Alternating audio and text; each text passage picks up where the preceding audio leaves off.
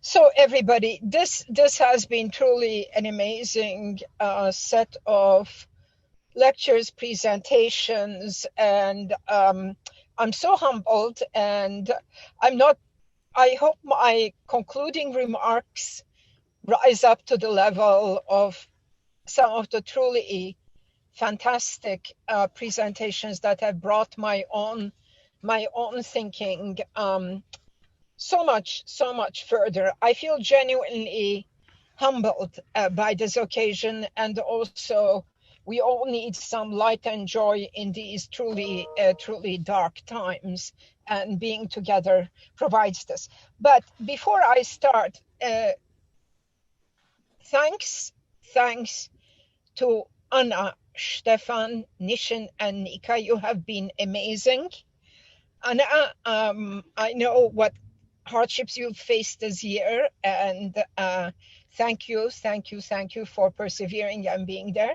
And Stefan, you've carried an enormous burden in the last couple of months. And thank you, Georgetown, for enabling us also with the Zoom.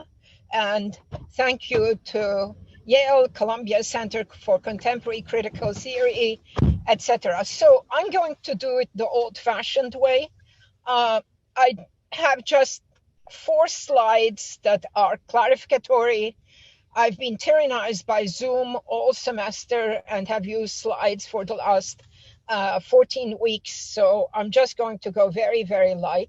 And I'm actually going to read a paper because I'm too scared to call it up on the screen. So with all these hardships, I'm calling these concluding remarks, notes towards an intellectual autobiography. And when I came to the end, I realized I wanted to say so much more, but it was time to stop. One more word: retirement is not stopping working, researching, and thinking. It's just another phase of life, and one is just as busy as ever. The only thing being no administration, no academic politics. And in my case now, I'm grateful to Columbia Law School to be a visiting senior fellow there, and to be actually teaching law and political theory for a while. Okay. In the last few years, Hegel has been on my mind again. I completed my dissertation, next slide, as many of you know, in 1977 with a thesis called Natural Right and Hegel, an essay in modern political philosophy. I had been reading Leo Strauss's book, Natural Right and History, and I was intent on developing arguments against his critique of historicism and of Weber. Jürgen Habermas and his work were already present in my intellectual universe. In 1971, when I was still an undergraduate philosophy major at Brandeis University, I had participated in a study group on knowledge and human interests, which had just been translated. But having attended a year-long course taught by Alistair McIntyre at Brandeis in 1970-71 on Hegel's phenomenology of spirit, I had no background in critical theory. I had declared myself a Marxist during the 1968 student movement, which had also reached us in Turkey. And while still in Istanbul, I had read Herbert Marcuse's One-Dimensional Man with great interest and admiration. When I was awarded a scholarship to study at Brandeis University in fall 1970, it took me some time to realize that Marcuse was no longer there and had left for the sunny shores of San Diego. I had hoped to be able to learn from him. At Yale Graduate School, as a PhD in philosophy, I learned a great deal about Aristotle, Kant, John Dewey, and of course Heidegger, from a great teacher, Carsten Harris, with whom some of you here in this conference have also studied. But as far as Hegel was concerned, I left Connecticut Hall and hiked across the campus to the now non-existent old political science building on Prospect Street, where the new colleges have now been built at Yale. And I attended a course taught by a Polish-born aristocrat, Hegel scholar, Zbigniew Perzyński, who was affiliated with Pembroke College in Cambridge University. Norman Birnbaum, in the sociology department, who was visiting at Yale those years, offered the first formal introduction to the critical theory of the Frankfurt School that I took. The course read a remarkable work, Alexander Mitscherlich's Society Without the Father, and Horkheimer and Adorno's Dialectic of Enlightenment. But I was still preoccupied with Hegel and his critique of modern natural right theories. In what ways was Hegel's critique of abstract right a critique of Hobbes, Locke, Rousseau, and Kant? Why did Hegel's theory of the modern state begin with such a radical abstraction called personality, quote unquote, exercising free will, embodying itself in objects?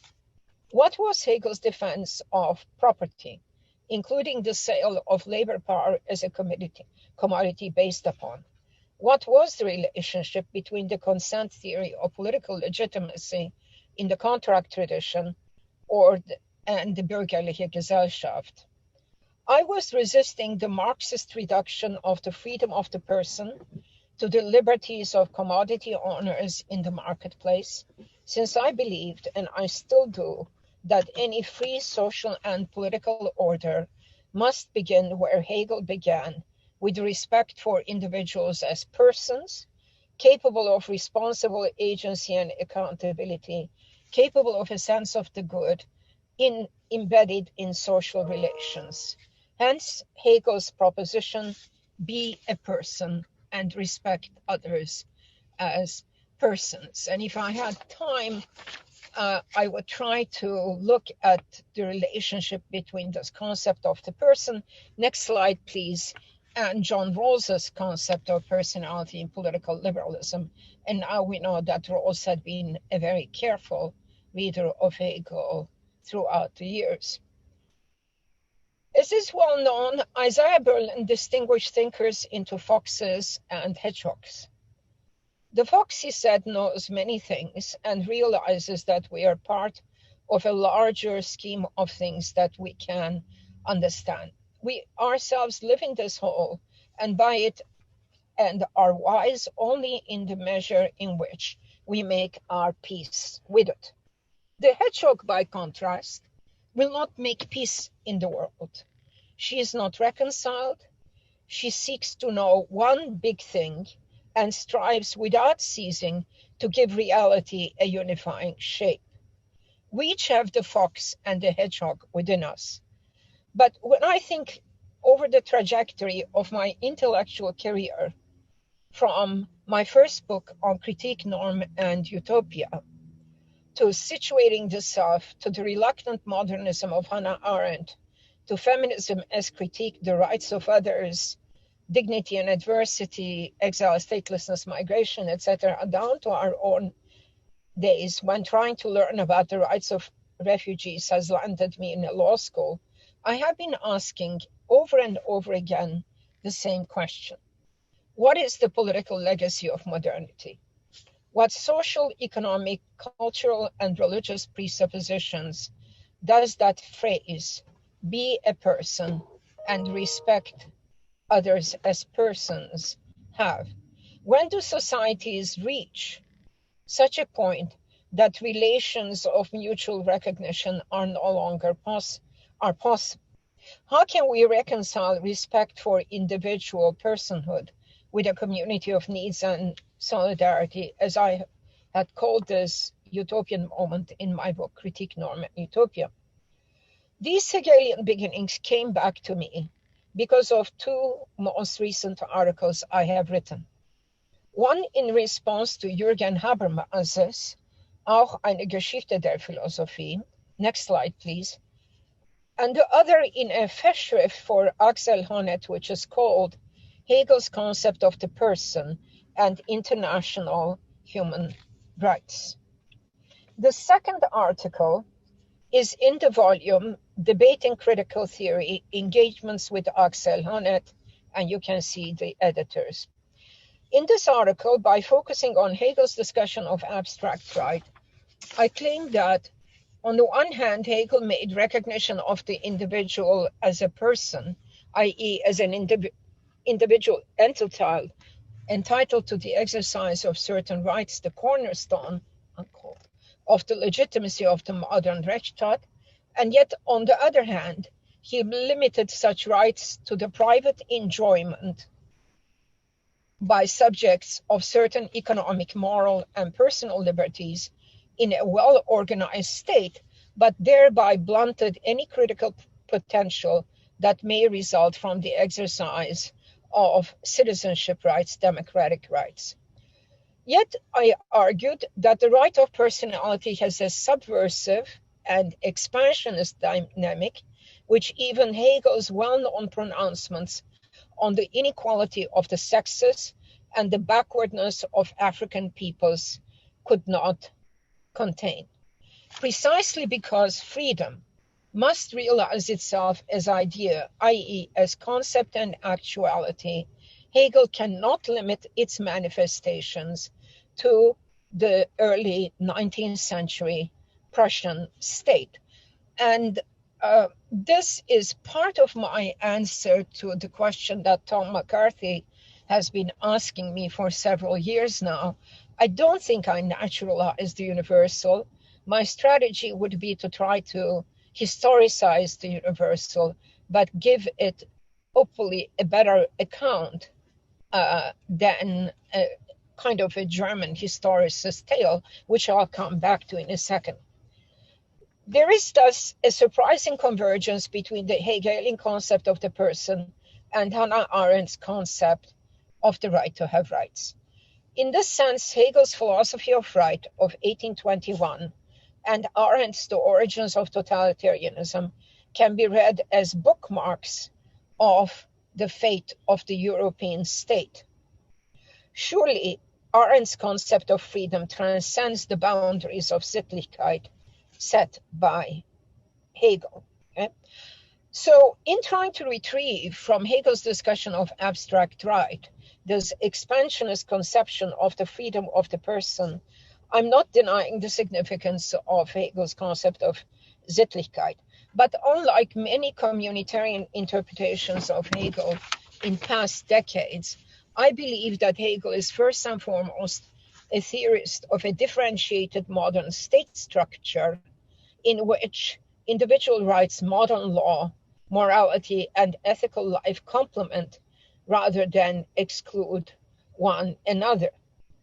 I agree with Honneth that Hegel's concern is das Recht der Freiheit, the right of freedom. But today, the right of freedom has a transnational and cosmopolitan dimension, which I'm afraid that those who have the communitarian outlook or perspective on Hegel miss and cannot concretize. But why bring up Hegel in my reflections on Habermas' Auch eine Geschichte der Philosophie? This essay will appear shortly in a special volume of Constellations edited by Rainer Forst. And as some of you in this conference know, it is a magnum opus of about 1,600 pages. In writing about Habermas's monumental work, I recalled that Hegel was really the first philosopher who saw modernity as a normative dilemma. And my essay is called Habermas's New Phenomenology of Spirit 2 centuries after Hegel. That Hegel finally reconciled himself to the legacy of modernity, not as a fall from the grace of antiquity as he had thought in his early writings, but as an inescapable moment in human history whose losses and gains had to be reckoned with. Once subjectivity, reflexivity, and the right of the person had emerged into historical consciousness as an idea with the revolutions of the modern times, all attempts to escape them would carry the marks of this genesis. I think this is Hegel's point, and also a point that Max Weber took very seriously. Now, in Auch eine Geschichte der Philosophie, Habermas defends human dignity and rationality in an age where we are stranded between the shores of naturalism on the one hand and religion on the other. His quest or question takes the form of a reconstruction of the history of Occidental reason from the axial age onwards via the Church Fathers, Luther, the Scientific Revolution, the French and Scottish Enlightenment to Kant, to German idealists on to Feuerbach, Marx, Kierkegaard, and Peirce. You can just get a sense of the scope of these volumes. His claim is that the encounter between faith and knowledge in the West is a learning process, which can be rationally reconstructed. Philosophy sublates the truths of faith by a process that Rainer Forst calls redemptive translation, rettende Übersetzung. And in a striking formulation, Habermas writes, quote, "Religion remains a thorn in the consciousness of a secular society. Sie bleibt ein Stachel im Bewusstsein einer säkularen Gesellschaft." The present constellation between philosophy, science, and religion, however, must be understood in the light of a rational reconstruction of one's form of thought as it emerges at the end of this process. It's impossible to do justice to the subtleties of Habermas's narrative. Its scope and erudition will undoubtedly produce many volumes and will escape the boundaries of any single commentary. Yet maybe for a person who has a bit of a thin ear for religion, for me the nagging question is, how might a fallibilistic consciousness of universal human rights open to learning from other cultural traditions in a world society be constructed, or why should it be constructed in terms of the genealogy of Occidental reason alone? Why can a narrative of the encounter between faith and knowledge in the Western tradition provide a response to the puzzles confronting humanity in our own time, such as the clash between global capitalism, family and civil society life, religious communities, the spread of robotics and the loss of jobs and meaningful work, the appropriation of genetic technologies by the super rich, e.g. Elon Musk, who one day may very well have the capacity to manufacture their offspring? How can such universal questions be satisfied through a geographically and culturally circumscribed narrative? My answer to unlocking Habermas's argument was the comparison with Hegel's phenomenology of spirit. Hegel as well presented modernity's achievements and the place of his own philosophy in the modern age as a grand narrative, which was reconstructed as a learning process. And the phenomenology is nothing if it is not a learning process. But I argue, however, that both Hegel's phenomenological method and Habermas's reconstructive one recapitulate the fallacies of a certain kind of historicism. They treat developmental processes as being carried out by a hypostasized collective subject in a homogeneous time that is viewed as a container of development, rather than time viewed as lived, discontinuous, and contradictory. Such historicism has the consequence of ignoring and bracketing the voices of those others who are left out of the learning process as it inexorably carries on. Large swaths of human societies are condemned to the waiting room of history, and it is forgotten, though, that we inhabit the same and yet different historical temporalities, and that the history of global modernity can no longer be told through the encounter of reason and faith in the Occident alone. In Dipesh Chakrabarty's words, and Dipesh is only one of a number of very significant post-colonial thinkers who have brought these truths to us, we cannot posit historical time as a measure of the cultural distance, that is assumed to exist between the West and the non-West. We can no longer say, and next slide, please. I like this quote by Dipesh. We can no longer say first in Europe, then elsewhere. Historicism becomes somebody's way of saying, not yet, to somebody else. A major strength of Chakrabarty's analysis, though, is to show how elites in non-Western countries as well use this anti-chamber view of history to say to their own people, not yet. You are not ready for universal suffrage, for women's rights, for democracy. The conversation then of global modernity is not between the holistic categories of Occident and Orient, but between those committed to human equality and dignity everywhere, and those who use historicist logic to condemn the mass of the people to wait in the antechamber of history.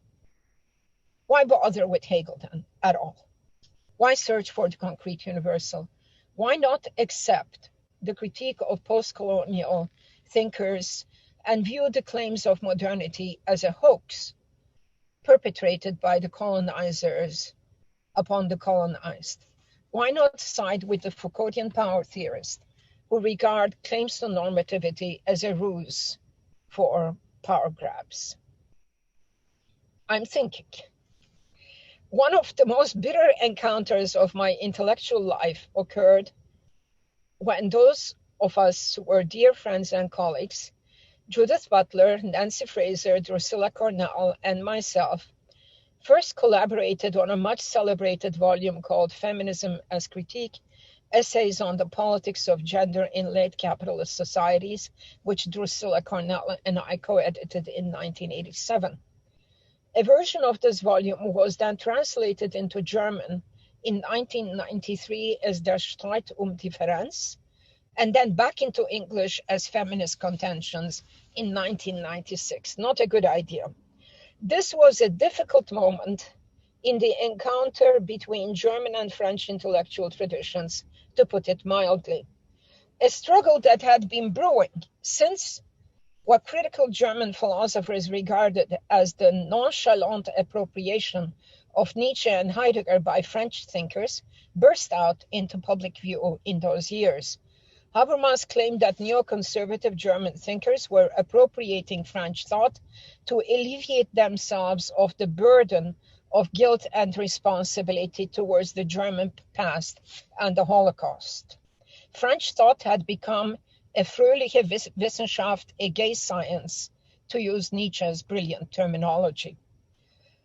Why or how we, as feminist thinkers, had to be drawn into the quagmires of this antagonism between critical theory in the Habermasian tradition and postmodernism, and why I all of a sudden was cast as the defender of the Enlightenment and the scourge of postmodernist frivolities against Judith Butler, who had once been my student and a friend, is a question that still very much puzzles me.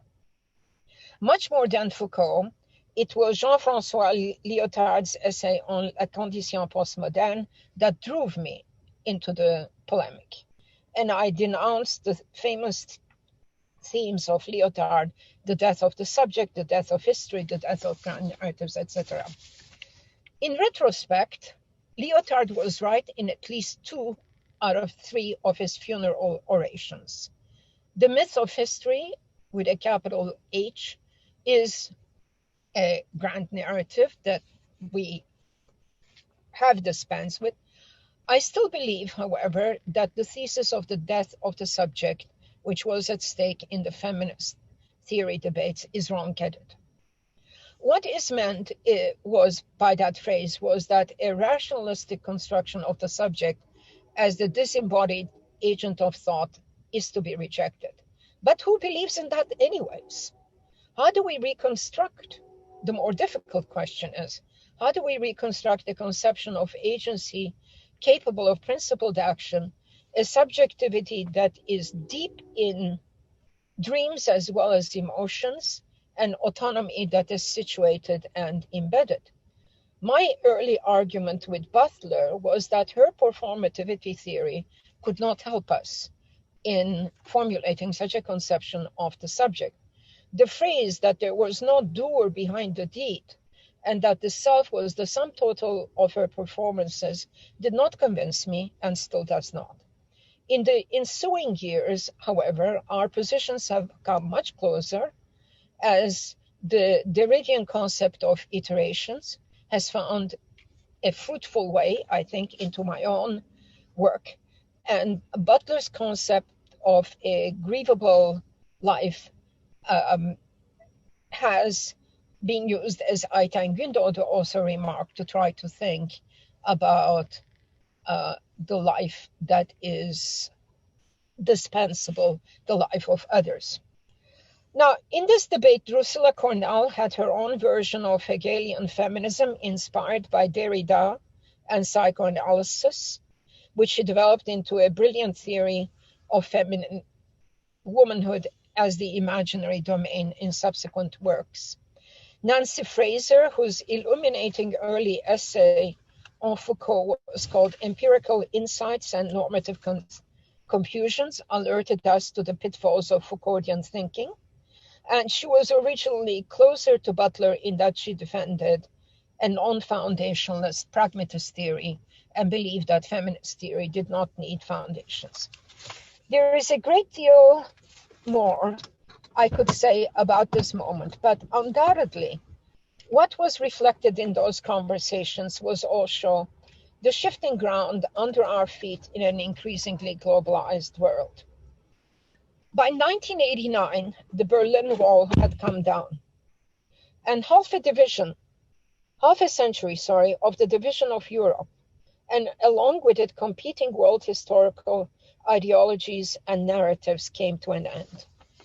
A wonderful colleague from my days at the Starnberg Institute outside Munich, the late Helmut Dubil, wrote an article for us in Constellations about the fall of the Berlin Wall and the subsequent unification of Germany. The article was called Mourning or Melancholia.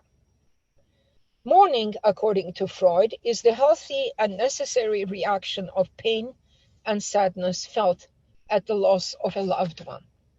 Melancholia sets in when the process of mourning is less than wholesome and the memory of the loved subject haunts the present. Dubil asked what it was about East Germany or even Eastern Europe that acted as an object of melancholia for the Western left. What made one nostalgic about really existing socialism with their police states, permanently dysfunctional economies, and their charade of people's congresses? Dubil's questions were not new. Already Friedrich Pollock, a member of the Frankfurt School and a close ally of Horkheimer's, had visited the Soviet Union in the mid-1930s and had come back with the dire observation about what he had termed state capitalism. Far from being a workers' paradise, the command economy of the Soviet Union, whatever excuses you wanted to make for it, was not an overcoming of capitalism, but the concentration of capital in state-run monopolies and cartels that had built its own party elite, its own nomenclatura, as they were called. The critique of really existing socialisms, along with the critique of bourgeois capitalist democracies as they were transitioning to fascism, is at the heart of the critical theory of the Frankfurt School. They were always aware of the failures of this first experiment of socialism. It is thus no accident that an entire generation of student activists, my generation, would discover in the writings of the Frankfurt School, this time not during the heated moment of uprisings that confronted Adorno. No, those of us who once more went back to the texts of the Frankfurt School were seeking a deeper analysis of fascism, democracy, and capitalism.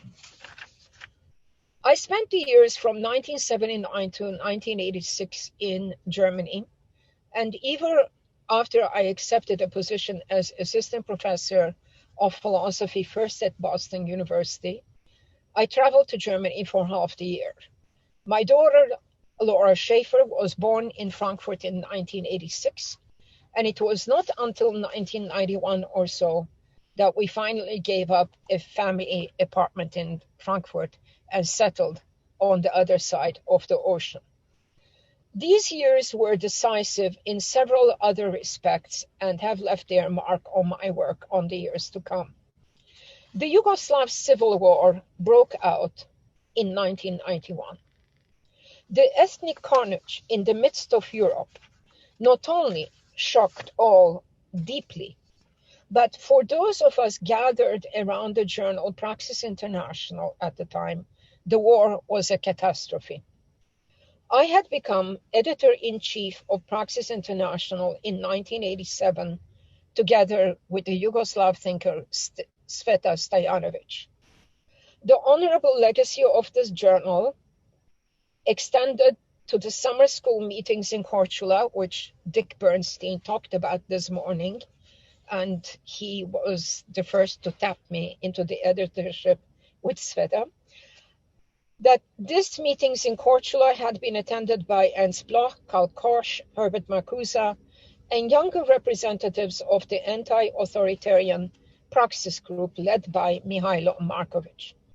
The journal Praxis grew out of these efforts and was edited jointly by Richard Bernstein and Mihailo Markovic. It would be unfair on this occasion to reprise the traumatic efforts of the Yugoslav Civil War on our journal. Some of us decided that it was no longer possible to continue under the banner of Praxis International, and in 1992, after a tense meeting in Frankfurt, we founded the journal Constellations, of which Andrew Erato and I became co-editors for the next 5 years, after which Nancy Fraser became co-editor. An unexpected consequence of the Yugoslav Civil War was to bring me face to face with the refugee, statelessness, and migration crisis in Europe. Many have wondered why in the last 20 years my scholarly work has been so dominated by the questions of citizenship, migrants, refugees, and statelessness, apart from all the theoretical reasons. Well, I could give a flip and very brief answer, which is spent 10 years in Europe, and not just in Germany, as a Turkish Jew, and you will understand why I wonder about citizenship, statelessness, and refugees. But beyond the flip reason, which is also personally, I think, pertinent, living through those post-1989 years, on the one hand, and the process of European unification on the other, I began to experience that Europe's cosmopolitan promise was hollow and was being deeply compromised through the securitization of borders, the treatment of refugees at that time from the Yugoslav Civil War, not Syria, the unending negotiations about Turkey's entry into the EU and the eruption of Islamophobia already then, that all these developments prompted reflections in me about constitutive violence in the moments of formation and foundation of new polities.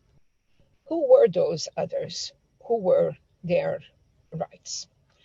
I will draw slowly to a close, though, as you will see, this is only the beginning of the story. I take another 8 minutes or so. Here, Hannah Arendt has proved my guide. I have been indebted to Arendt's work for much more than her phrase, the right to have rights. Arendt, together with Hegel and Habermas, had been a star in my intellectual firmament since my graduate school years in the 1970s. In 1996, when I finally wrote my monograph, The Reluctant Modernism of Hannah Arendt, actually, this book was preceded by an earlier essay, next slide, my 1988 essay, Judgment and the Moral Foundations of Politics in Hannah Arendt's Thought, which I first delivered at the New School during a Hannah Arendt symposium. In this essay, I had focused on Arendt's incomplete reflections on judgment, and in particular, how her provocative reading of Kant's third critique as Kant's political philosophy would lead us to reconsider some issues. Arendt vividly reminded us of Kant's distinction between determinative and reflective judgments. I saw in Kant's doctrine of reflective judgment not only the kernel of the concept of communicative reason, but also the key to mediating between the universal and the particular, normative principles and concrete action between the generalized and the concrete other. Arendt's doctrine of judgment provided me with the key to the concrete universal. This was never to be understood as a moment of identity, but always as a process of judging, acting, dialoguing, negotiating. It was an iterative process through which those who had never been given a voice, or those whose voice had never been heard, could now speak in the name of the universal itself. So I want to be very clear about that. The concrete universal is not the name of an identity, but it is the name of a conflictual process through which the concrete other claims universality and then in the process transforms that universality itself. So here's Hannah Arendt, and on the screen. The power of judgment rests on a potential agreement with others, and the thinking process, which is acting and judging something, is not, like the thought process of pure reasoning, a dialogue between me and myself, but finds itself always and primarily, even if I am quite alone in making up my mind, in an anticipated communication with others, etc. Okay, my battery is running low. The catastrophes of the... But let me just then say a few words. Anna has my text, and if I cannot finish the final pages, Anna will do it. I think it is hard to find another more beautiful invocation of the idea of free public sphere and communicative reason than this one. But I already hear many voices rising in objection. Are you serious that in the age of post-truth politics, as Gaia talked about so eloquently this morning, in an age when facts have become fictitious, willfully perpetrated by the foes of democracy, are you serious that we can still believe in an anticipated communication with others? Do we even want to think in the place of those others whom we have grown to despise and hate? Do we want to exercise enlarged mentality? As we face the global rise of autocracies tinged with neo-fascist colorations of nativism, xenophobia, racism, sexism, the hatred of trans and bi people, and not to forget the burning rage against nature, again, about which we have heard from Angelica, Umur, and others, the burning rage against nature via the perpetration of deforestation and the death of more and more species. Are you serious that under those conditions that we should still listen to Arendt? Don't Arendt's words sound more like a prayer for civility, an evocation of a more gentle society, when an ideal of an enlarged way of thinking could have normative pull? Why console ourselves with the illusions of constitutional democracies that have grown so weak the world over? And those among my friends who have been badgering me with these questions know who they are. We have to listen to these voices and understand the justified anger behind them. But no, they're wrong, and Hannah Arendt is right. To speak is not to fight. If we lose of the constitutive dimension of every speech act that we want to communicate, even if we cannot reach agreement and never can, then we must realize that force and violence will take the place of argument and reasoning. But isn't this precisely what autocrats threaten us with? From the vigilantes armed by Bolsonaro in Brazil, to Erdogan in Turkey, to Modi in India, to the ICE and CBP officers who threaten, intimidate, push, and shove refugees and asylum seekers across the US border to Mexico, isn't the threat of eruptive violence always, always there? Yet, this juxtaposition is too stark. Just as there are modes of resistance, civil disobedience, and the building of nonviolent mass protest movements, so too there are institutions of constraint, discipline, imprisonment, and punishment through which more subtle forms of violence have been exercised.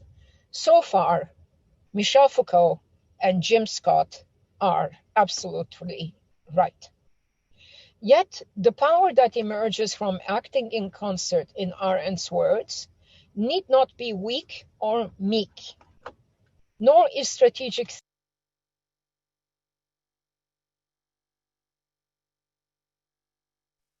Did we lose her? Okay, I'm going to finish it off because there's only about one page, and I wish that I would be able to do it with the same force and passion. Okay, where were we? Meek and weak, correct? Vigilantes. Okay, did she say yet this juxtaposition is too stark? I'm just going to start from there. Okay, yet this juxtaposition is too stark. Just as there are modes of resistance, civil disobedience, and the building of nonviolent protest movements, so too are there institutions of constraint, discipline, imprisonment, and punishment, through which more subtle forms of violence are exercised. So far, Foucault and Jim Scott are absolutely right. Yet power that emerges from acting in concert need not be weak or meek, nor is strategic thinking incompatible with the exercise of collective power. As long as that is, one does not confuse philosophy with strategy and critical theory with a manual of subversion. The task of philosophy remains from what it was since Socrates, to reveal that reason and the search for justice are intrinsically linked. The task of political thinking, which we exercise as citizens, residents, and others with whom we share our lives, is to exercise judgment in mediating principle and action. And I am not at all sure, Seyla Benhabib, am not at all sure that in the days ahead, we will not be called upon to exercise civil disobedience and other forms of resistance to the forces of autocratic subversion, still trying to undo election results by fabricating lies, intimidating poll workers and secretaries of state, coercing and cajoling party members, and hoping that the US Supreme Court will act as a deus ex machina and deliver Donald Trump the election on a silver platter. We are not yet out of danger and will not be for some time to come, because the causes that have weakened American democracy and have brought the oldest civilian democracy in the world to the brink of fascism are still at work. I am so grateful to all of you, my friends, my students, my colleagues, and my family, who have taken the day at this busiest time of year to think together with me. I am so grateful for all of you that have taught me over the years. The life of the mind is a lonely vocation, and good scholarship demands that one make no shortcuts. But it is the friendship of a community of interlocutors that nourishes one. Dialogue and dialectic have always been interlaced. And today, I have once more witnessed the power of dialogue and dialectic, as well as of friendship and the honor of being part of a community of inquiry. Thank you. So that was so wonderful, and I am crushed that Seyla's technical difficulties stopped her from being here to watch all of your faces react to such a wonderful speech. I hope that she publishes a version of that at some point. It's just been so much wonderful over the course of the day. But we are going, because this is all being recorded, we're going to keep going for those who are willing to make toasts that we can record for Seyla. And we also still have Judith Resnick, who unfortunately also had her own technical difficulties before Seyla spoke. So we're gonna rewind a little bit. Oh, sorry, Anna, Karuna, actually, Anna, I have a quick update. Oh, I think I have we have an Seyla on update. the phone. Ah, okay.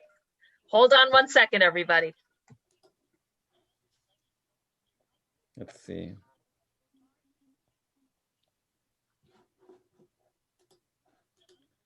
It seems muted. Hi, but you know, it's okay. We are driving back. I think it works.